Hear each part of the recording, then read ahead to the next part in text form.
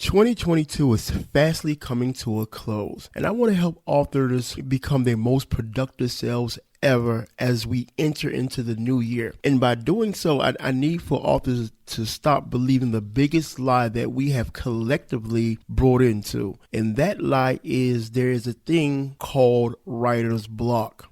You're scratching your head, but yes, it's a lie. It's a sham. It's an urban myth. You can put it up there with Bigfoot, Bloody Mary, and the such. I came across a quote by Myron Golden. I'm going to read it and you'll agree. There's no such thing as writer's block. There's just an author that expects their book not to sell. If you thought you would sell 1 million copies, you would get your book done tonight. That's a quote by Myron Golden, and I want to get into it.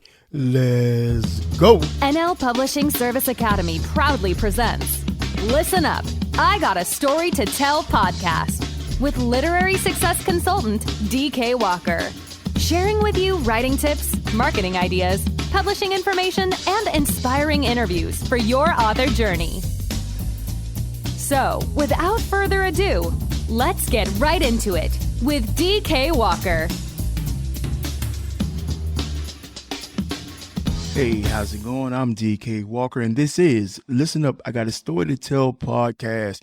Man, you could have been anywhere in the world, but you are choosing to spend your time with your boy, and for that, I am eternally grateful. I'm so humbled. Look, before we get into today's episode, we got to pay bills off the bat. If you are a struggling author and you're having problems going from book idea to actually creating your book, I got the perfect thing for you, the absolute perfect thing for you. And what I get asked a lot is this thing for pantsers. That's for people that sit in the seat and they just freestyle they get an idea and they just sit down and start typing, to people that are planners. Now, planners outline their entire book. The unfair writing serves both types of authors. If you have your pantser and you want to just go off the top of your head, what happens is your creativity is all over the place. It has no direction, so therefore it takes you longer to get where you're going to when it comes to writing your book. If you're a planner, sometimes you overplan. You get bogged down in the minute details of your book. The unfair writing advantage serves pantser and planner perfectly. Hello, my name is Britt Kuhn, and I just love DK Walker's The Unfair Writing Advantage. I am now well on my way to writing my second book because of his advice, wisdom, tips, and tricks like mind blown at how simple and easy it really is. I am forever grateful our paths crossed, DK. You will always be one of my favorite humans. Thank you. Learn how to write faster, conquer writer's block, and tell a story your readers will love. In less than 1 month, writing only 3 pages daily, you can go from book idea to manuscript using the unfair writing advantage. Most authors take 8 months on average to write just 1 book. But in a fraction of that time, you will learn how to craft a book your readers will love and not be hunched over your laptop days on end to do so. Just go to www.theunfairwritingadvantage.com to see what has the self-publishing industry buzzing. Now back to the podcast. Welcome back to the podcast. Welcome back. So earlier I alluded to how I wholeheartedly believe that writer's block is nothing but a big myth. And just by me saying so, best believe some gurus will be upset. Some know-it-alls will realize that they know nothing at all. And some experts will definitely feel amateur once I get done today's podcast. Authors, we have so much working against us in the world today. Let's not own something that we can actually beat. And you can actually conquer writer's block. It's not this monumental thing that stops us from being creative. There's actually a collective of things that stops us from producing, and we call it writer's block. And we wait for the mood to pass, and then when we come back, we hope that we can write. But what if I was to tell you there were specific things that killed your creativity? And if you knew what those specific things were, you would have that much better chance to write through any, as I do the quotation marks, but you can't see me, funk that you may be going through. Once you know these things, it's like I'm good to go, right? Because I know what it is that's stopping me from being productive. And it's not just this general thing that we as authors believe to be writer's block. There's something specific that's stopping me from being productive. I've identified it, and in doing so, I can beat it. Authors, this is what I want you to grasp. There's certain things, there's certain elements that stop you from being productive. There's not just this one thing called writer's block. So let's go get into what some of those things are. The first element is failure to properly identify your ideal writing time. When are you at your most creative? When do you have the most energy to create? When do you have the most energy to write? Authors, you have to know exactly to the hour, to the minute, to the second when I feel at my best to write. That may be when you first wake up in the morning time. That may be around lunchtime. That may be just before you get ready to go to bed. That may be at 7 o'clock at night. I don't know when that time is for you. Only you can identify when you feel your most creative. Once you make that identification, once you feel uber energetic as far as it comes to your writing, that's when you should write. The next element that contributes to a writer's block is fear. 3 of the most common fears that authors suffer from are fear of not knowing what to write, fear of being judged because of what you write, and fear of being good enough to write. Let's tackle that first one. Fear of not knowing what to write. Fear of not knowing what to write usually come from 2 places. Not having experience in that thing that you wish to write about, or not having the knowledge in that thing that you wish to write about. So do yourself a favor, either go get that experience or do the research and then get the knowledge. If you have both, great. It becomes that much simpler to write because you're pulling from 2 sources. You're pulling from knowledge and you're pulling from experience. But it's okay to have either or, but you can't have either and expect to write something convincingly that readers will not only believe but adore. So the reason that you're sitting there and you're paralyzed because you don't know what to write, because you don't have the knowledge of the thing that you wish to write or the experience, it's okay. We live in a digital world. Everything is researchable. Take the time out, become a student again, no matter how much you hated school, and research that thing that you want to write about. And then tell that story from your perspective, from your view. Don't overcomplicate it. I don't have experience. Let me go get knowledge and then write about it.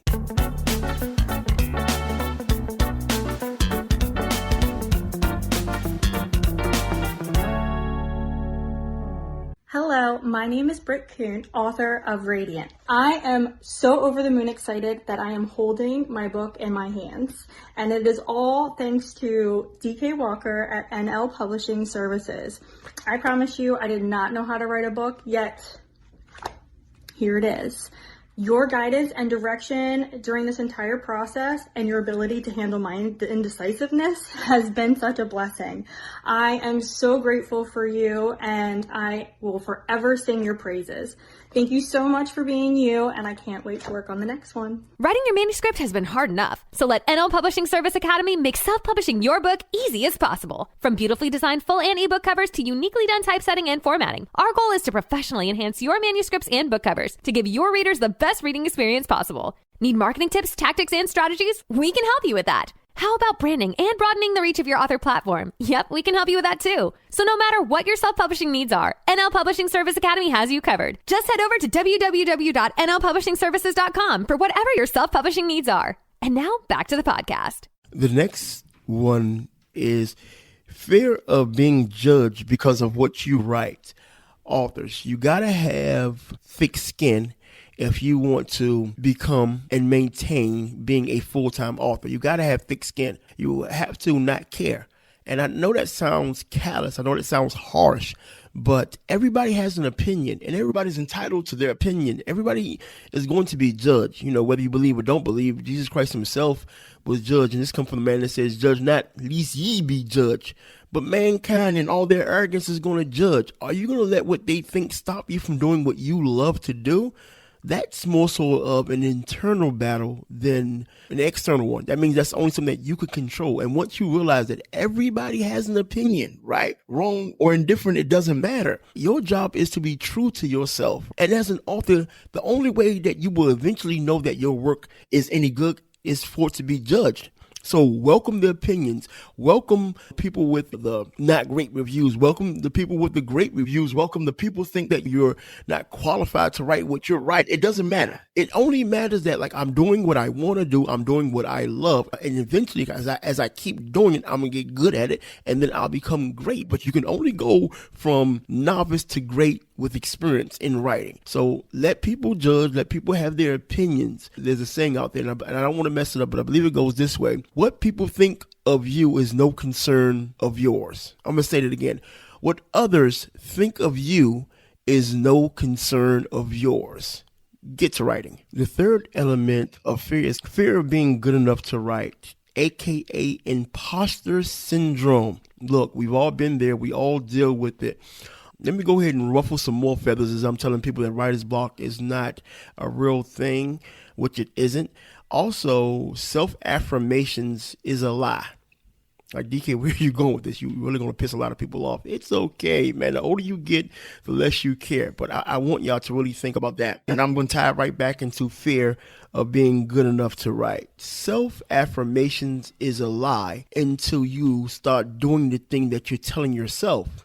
And the beautiful thing about the human mind can't differentiate between the truth and a lie when you're talking to it. Like if I tell myself that I'm going to be a millionaire, the mind doesn't know that I'm lying to myself whether I believe that. But if I keep telling myself that, then I take the actions to match that self-conversation. What happens is that thing comes to pass. But until that thing comes to pass, then it's a lie, right? So when you tell yourself that you don't feel good enough, you'll start to believe that lie. So you need to tell yourself that you're good enough, that you're more than good enough, that you're more than capable of becoming a phenomenal writer, and then doing the work to substantiate the stuff that you told yourself. Just like morning affirmations, there's no difference. So let me help you out. Let me tell you, you're good enough to be a writer. My bad, I apologize. You are great enough. You are just the person that your readers has been looking for to give them the stories that they've been longing for. Another huge element when it comes to beating writer's block is perfectionism. Newsflash, people, there is no such thing. I don't understand when authors have to be like, my book has to be perfect. They have mistakes in the Bible. There's no book that's been printed by man that's absolutely positively perfect. It's impossible. And then when you have that mindset that your book has to be perfect, what standard, if you're a first-time author or you've got 2, maybe 3 books underneath your belt, what standard are you holding yourself to say that your book needs to be perfect? I'll wait. That's not even a reasonable standard. The bar is too high. Everything is flawed, people. And so for you to think like your book has to be without flaw before you release it, what it is you don't feel confident in what you wrote. You don't feel as though that what you wrote is good enough.